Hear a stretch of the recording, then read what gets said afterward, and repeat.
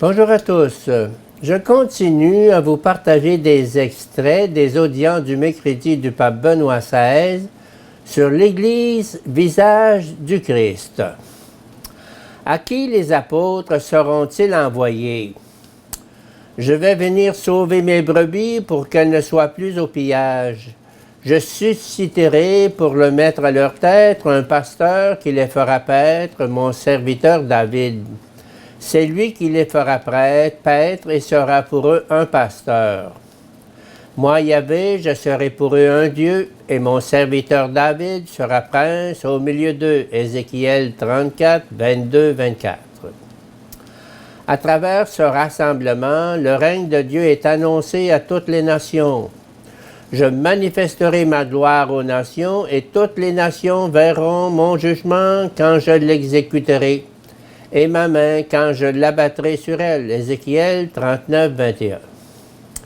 Et Jésus suit précisément ce fil prophétique.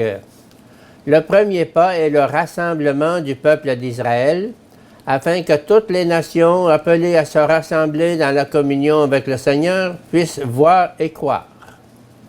Après la passion et la résurrection, le Christ enverra les apôtres dans le monde entier, Marc 16, 15, à toutes les nations, Matthieu 28, 19, Luc 24, 47, et jusqu'aux extrémités de la terre, Acte 1, 8.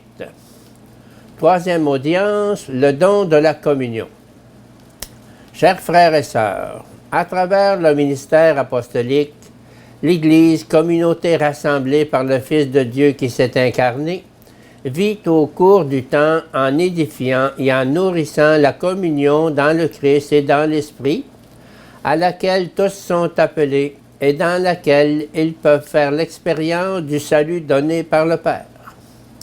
L'apôtre Paul mentionne déjà cette source suprême, en souhaitant à ses chrétiens la grâce du Seigneur Jésus-Christ, l'amour de Dieu et la communion du Saint-Esprit soient avec vous tous. 2 Corinthiens 13, 13.